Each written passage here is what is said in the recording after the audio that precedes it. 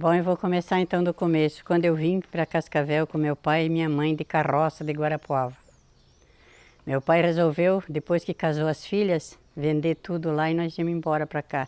Ele falou, vamos para o sertão, que ele tinha muito parente aqui.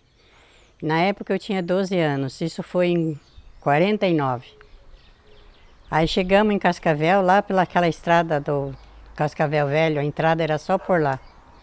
Aí chegamos, a única coisa que eu lembro era um samambaial que não tinha fim aqui em Cascavel. E tinha pinheiros assim no meio do samambaial.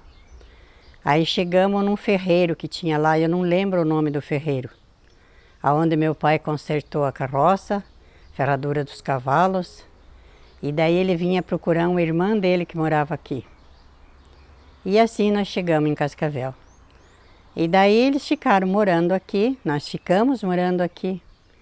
E daí, como foi que eu conheci meu marido, a família Vilaca, eu estava trabalhando em Toledo com meu irmão. E daí depois fiquei lá sem salário, sem nada, vim embora. Aí chegando aqui, a minha mãe falou, mas eu conheci uma família muito bacana, muito boa, a família Vilaca. Digo, mãe, eu não quero conhecer ninguém. Daí ela disse, não, mas vamos lá, você vai conhecer a família Vilaca. Aí chegamos lá, na casa dos Vilaca, do velho Chico Vilaca e a dona Mãe Luísa Vilaca. Aí chegamos lá, estava ele, o Isadide Vilaca, que era meu marido, e a tia dele, Otacília, irmã do pai Chico. E a Inedi não estava. Aí ele ficou todo apurado porque chegou a visita, né? E então ele foi fazer chimarrão para mim, para minha mãe, e eles tinham ido num batizado. Aí quando chegaram do batizado, me encontraram lá. E acho que assim de cara todo mundo gostou de mim, sabe? E eu, engraçado que quando eu vi meu marido, eu lembrei que eu já tinha sonhado com ele. Mas deixei pra lá, né? Sonho é sonho, né? E daí conheci ele o dia 21 de junho de 53. E daí começamos a namorar o dia 24 de junho do mesmo ano, numa festa de São João. E o engraçado de tudo isso, que muita gente fala que é o santo casamenteiro e é Santo Antônio. E para mim foi o contrário, para mim foi São João. Então, quando nós chegamos na festa lá em Santa Teresa, que era uma igrejinha pequena, que eu não sei, não existe mais. Então chegamos lá, aí a festa estava rodando lá embaixo, e eu falei, não, eu vou rezar primeiro para o santo. Nós não viemos na festa do santo, então eu vou rezar primeiro para o santo. Aí entrei sozinha na igreja. Eu sozinha na igreja e pedi para São João. Besteira, menina de 16 anos. Aí falei para São João que se ele me arrumasse, que o rapaz que eu fosse casar, que ele me arrumasse aquele dia, né? Namorado, sei lá. E não há de ver que deu certo. Namoremos na festa. E daí depois, quando foi dia 5 de agosto, o meu irmão não queria nada, queria até matar ele, enfim. Besteira de irmão ciumento. Aí nós fugimos, fomos embora lá para Laranjeiras do Sul. Daí ficamos lá até 30 de agosto. E daí voltemos com a minha cunhada Exaltina, que veio junto com nós, que fomos parar na casa dela, na costa do Rio Iguaçu, num alambique de cana que o marido dela na época tinha. E nós chegamos lá, ficamos na casa dela lá todo esse tempo. E daí voltemos, saímos de lá da casa dela, de canoa, aquelas canoas compridas, pelo Rio Iguaçu. Antes disso, lavei roupa no Rio Iguaçu. Aí descemos o Rio Iguaçu até sair no ponto onde eu pegava o ônibus. Aí a canoa ia batendo nas pedras e quando a gente pensava que ia virar, quando via já tinha passado a pedra, já estava lá atrás. Aí chegamos lá no ponto de ônibus, peguemos o ônibus e fomos para Laranjeiras do Sul. Aí ficamos em Laranjeira mais um dia e daí voltamos para Cascavel. Quando chegamos em Cascavel, a minha cunhada já tinha arrumado todos os documentos para o casamento. Dia 1º de setembro nós casamos, na igrejinha Santo Antônio, aquela igrejinha que antigamente, que nem sei se existe foto dela, que quase caiu os pedaços. Então daí casamos. E daí levemos a vida, essa vida precária, de pobreza, mas com muito amor, com muita paz. E assim eu vivi a minha vida. Criei meus filhos, porque daí fomos embora para Guarapuava pensando que a vida ia melhorar e piorou. Aí a gente ficou lá muitos anos, até que ele veio para Cascavel de novo e veio arrumar serviço. E eu fiquei lá com os filhos pequenos, que foi daí que entra aquela história. Você falar? É, acho que não. Não, conta assim. Ela não vai entrar nesse porque ela está concentrada só em Cascavel, mas eu quero que fique registrado. Eu sei, mas não vou falar. Daí de lá nós voltamos para Cascavel, hein? Então ficamos lá em Guarapuava, muito precária a situação. O Guanair não tinha nascido ainda, eu tinha só os 4 filhos mais velhos. E o Vanderlei e o Sidney eram quase bebê. O Sidney acho que tinha 2 anos, o Vanderlei acho que tinha 4. E por aí foi. Aí quando foi um dia eu tinha uma vizinha e nós estava passando necessidade, sabe? Porque o dinheiro que meu marido mandava era pouco, aquele tempo era o bendito do cruzeiro ainda, né? Não, é cruzeiro. Aí eu sei que ela falou assim, você sabe, eu sei que você benze. Digo, eu benzo. Daí ela disse, então eu vou lá na casa das mulheres meretriz para ver se elas precisam de alguma coisa. E foi. Chegou lá, a mulherada, coitadas, estavam numa situação precária, porque aquele tempo Guarapuava era tudo miudinho, pequenininho, né? Então, elas estavam passando necessidade de tudo. E daí que ela falou para elas, vamos lá que eu conheço uma mulher que vai ajudar vocês. Daí ela veio, elas vieram e eu benzi essas mulheres. E não há de ver que aconteceu o milagre. Essas mulheres endireitaram a situação e daí endireitaram a minha situação também.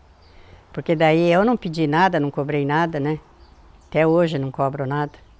Mas daí elas traziam, antigamente existia, não sei se vocês lembram, aquelas cestas de palha, mais cesta comprida, grande. Elas traziam aquelas cestas cheias de mantimento para mim, mas tudo. Então daí a situação melhorou. Até que daí meu marido ganhou dinheiro aqui e mandou me buscar em Guarapuava. Deixei a mudança lá num quartinho lá de uma vizinha e vim embora só com os filhos. Então a minha história, meus filhos, é pouco dinheiro para vir embora.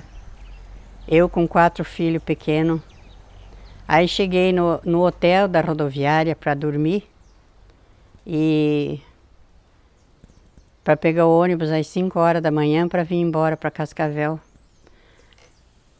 Aí eu não podia pagar um quarto de casal para mim e os 4 filhos. Aí eu paguei um quarto de solteiro com os 4 filhos. Aí ainda o recepcionista falou, mas como que a senhora vai dormir numa cama de solteiro com 4 filhos?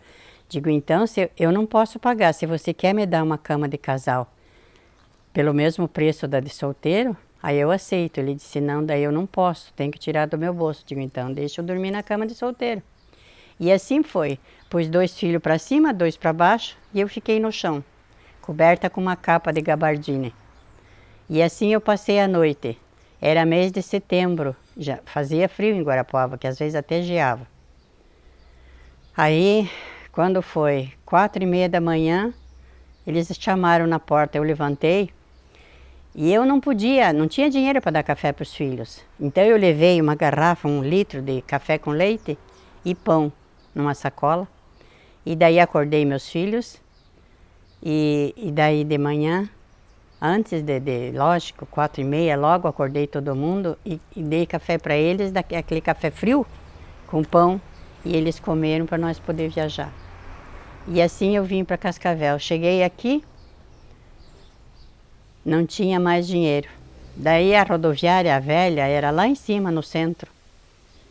Eu descia a pé até aquele posto de gasolina, onde tinha um ponto de táxi, que antigamente era só Jeep que tinha. Aí eu cheguei lá e era um conhecido do meu marido e eu pedi para ele que eu estava com as crianças na rodoviária e precisava vir para casa do meu sogro, do Chico Vilac. Aí ele voltou lá. Fui com o táxi, peguei meus filhos lá, que era os 4, e as mudança toda que eu trouxe, e vim para a casa do meu sogro. Cheguei na casa do meu sogro, estava rolando um casamento de um sobrinho, uma sobrinha minha, filha do falecido Eloíde. E daí fiquemos festejemos o casamento da menina, e daí depois a vida continuou aqui em Cascavel. A cidade de Cascavel na época era só aqui, aquele meinho ali perto da praça Getúlio Vargas. Era esse meinho ali. Pouquíssimas casas. Me lembro de um hotel velho que tinha. O colégio, que era a única peça de alvenaria era o colégio. E a delegacia, tadinha, era encostada com um pau a pique ao fundo para não cair. Tinha só 2 policiais na época. Que um era meu tio e outro era um outro que eu não lembro o nome. Esse meu tio que eu falo era o soldado Salvador, que era o marido da irmã do meu pai. Era ele mais um que cuidava da delegacia.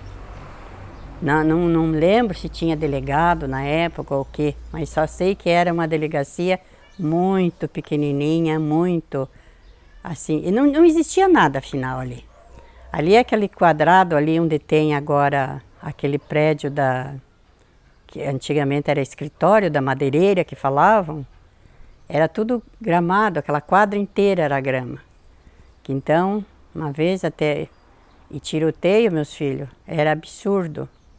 Uma vez nós subimos para ir no cinema, que o cinema passava numa casa ali na esquina, na frente do bar do Nelson. Era como é que se diz, um jogo de boche. E lá no fundo eles passavam um filme, né? Então a gente estava indo para ir no cinema. E daí deu um tiroteio naquela quadra lá, que era tudo aberto, né? E daí o cara de dentro do carro, não sei quem é, não lembro quem é. Ele da porta do carro ele ia atirando assim, ó. Foi uma rajada de morte que ficou ali. E assim é a vida de Cascavel, sabe? Outra vez chegou um caminhão lá da Tapejara, que eu nem conheço onde é que é, não sei onde é que fica. Chegou um caminhão de morto também. Que naquele tempo existia muito guerreiro, como é que é? Guerrilheiros. E era assim que acontecia em Cascavel, sabe? E a gente viveu tudo isso, passou por tudo isso. E fizemos a vida aqui em Cascavel. Até que deu o falecimento dele, né? Então, minha gente, eu acho que a história é muito... A gente se emociona, porque começa a lembrar do passado, passa um filme na cabeça. Então a gente vai se emocionando. Bom, o Douglas só que era casado mais velho. Ele tinha 23 anos. E a Estefânia tinha 20. O Vanderlei tinha 18. O Sidney tinha 16. E o Guanair tinha 9. Então essa idade, quando meu marido faleceu, que eu fiquei sozinha com eles. Que daí nós estávamos em Curitiba, porque ele foi para tratamento lá, E daí faleceu lá, mas foi sepultado aqui, foi que ele pediu para ser sepultado junto com o pai. Aí foi trazido para cá, para Cascavel. Aí tive que vir embora, né? Aí vim embora primeiro, depois do 7º dia, eu voltei em Curitiba para pegar a mudança, para trazer a mudança para cá. Aquela situação precaríssima, que só Deus sabe. Daí chegamos aqui em Cascavel, todo mundo desempregado, na casa da minha cunhada Inedi Vilaca. Ficamos na casa dela.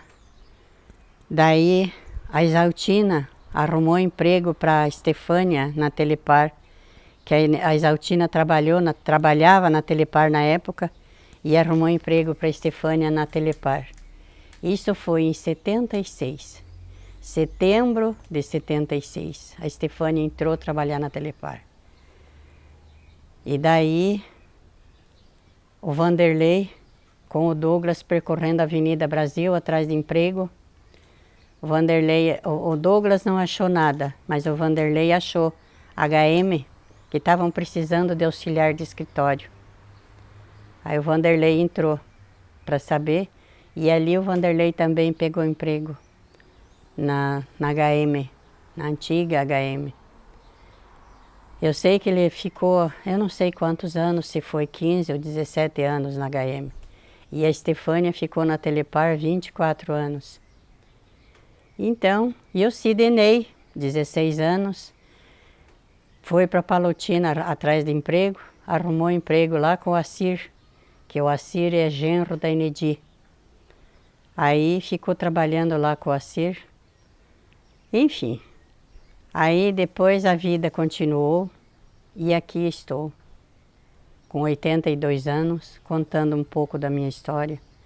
E um pouco dessa história maravilhosa de Cascavel, que é uma cidade que eu amo e que é onde eu terminei de criar meus filhos, e com muito amor e carinho.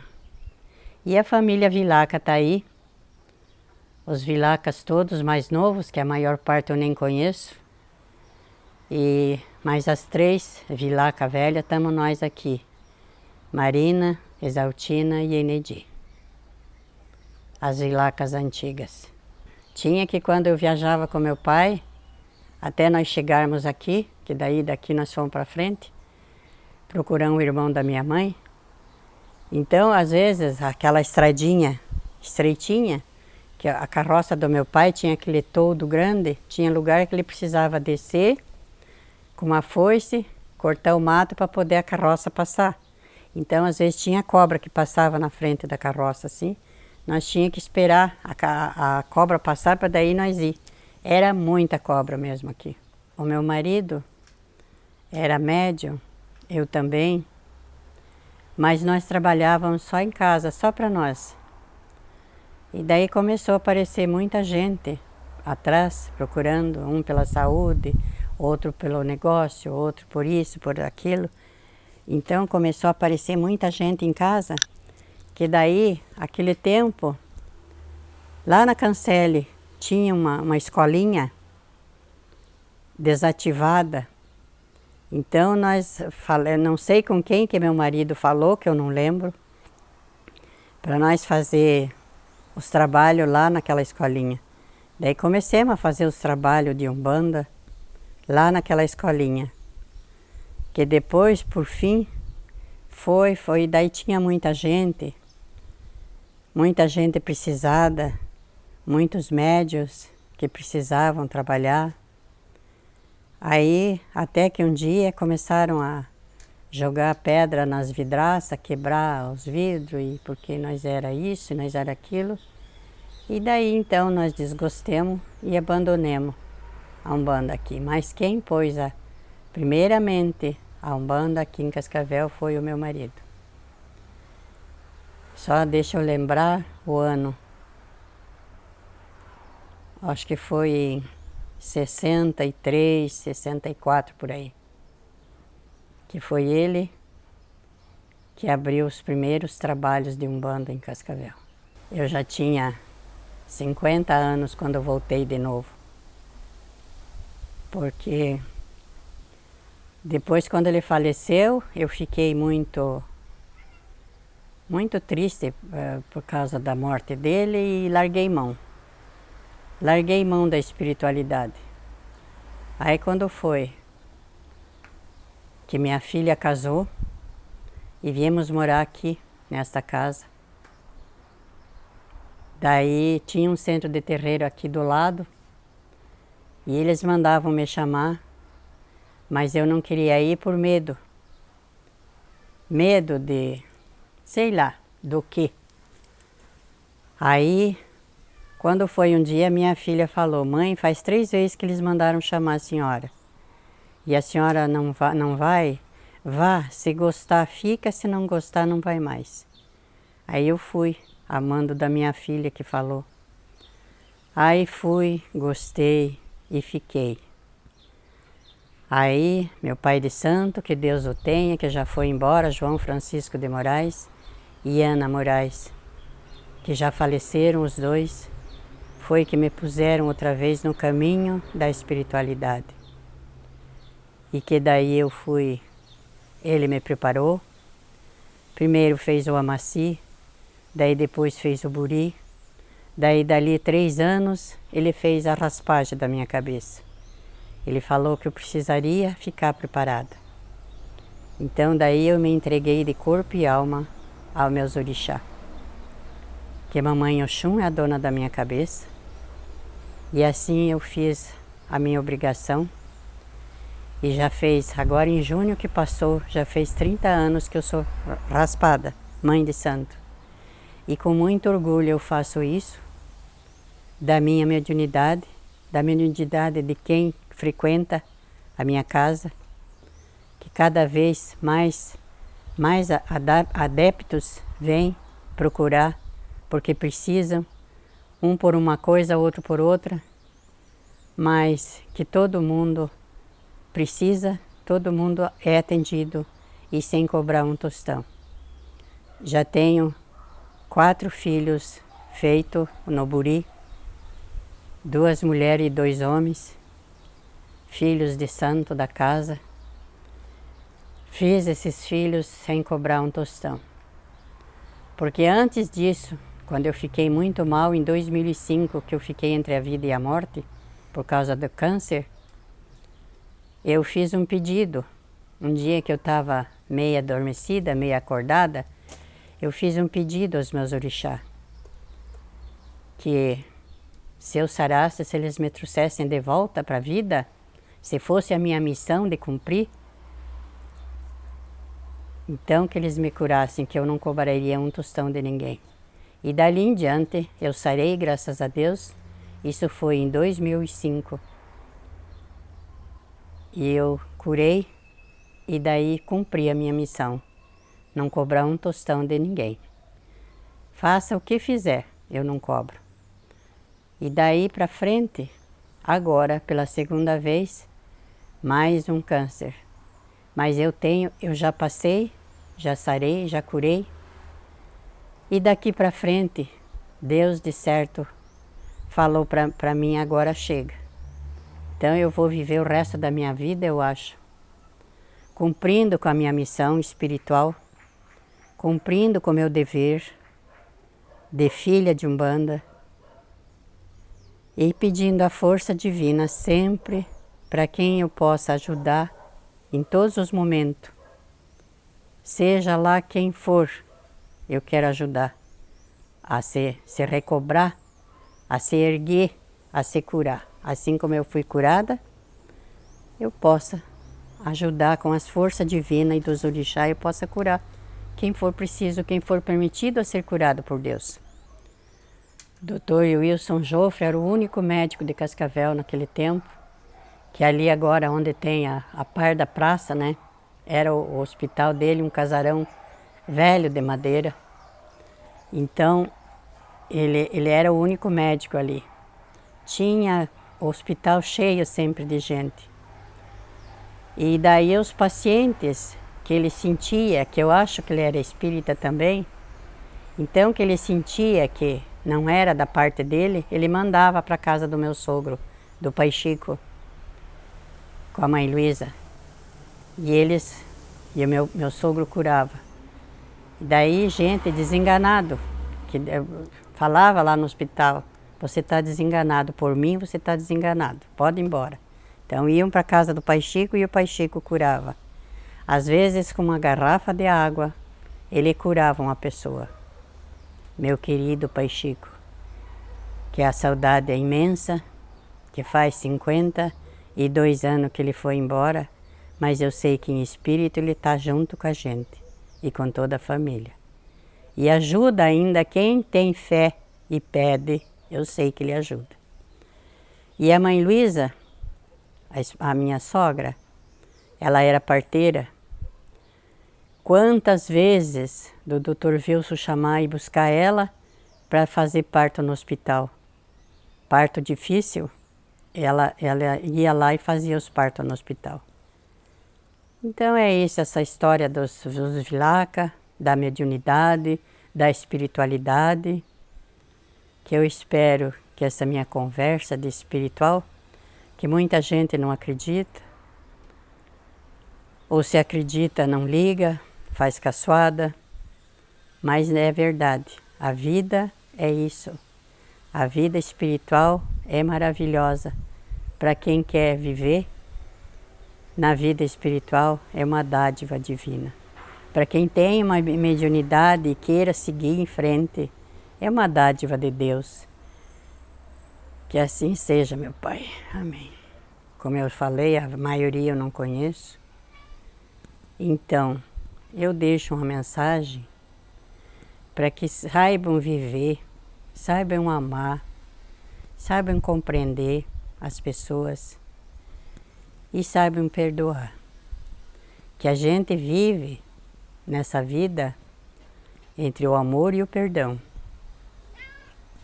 E o amor vale muito, o perdão vale muito mais. E a fé em Deus que a gente tem, fazer muita oração, pedir a força divina todos os dias, para que a gente possa vencer todas as dificuldades da vida. Que essas dificuldades que vêm, como o meu passado, eu venci tudo na minha fé, em Deus e nas minhas orações. Então eu pedi tanta força a Deus, que Deus me auxiliou e me ajudou a criar meus filhos, que graças a Deus hoje todos estão criados, que o meu neném já está com 52 anos. Que Deus ilumine cada um, cada vez com mais saúde e proteção divina. E assim eu deixo para todo mundo a mensagem de fé, esperança, amor, perdão e a espiritualidade. Que todos têm espiritualidade, mas nem é difícil quem segue. É isso a minha mensagem.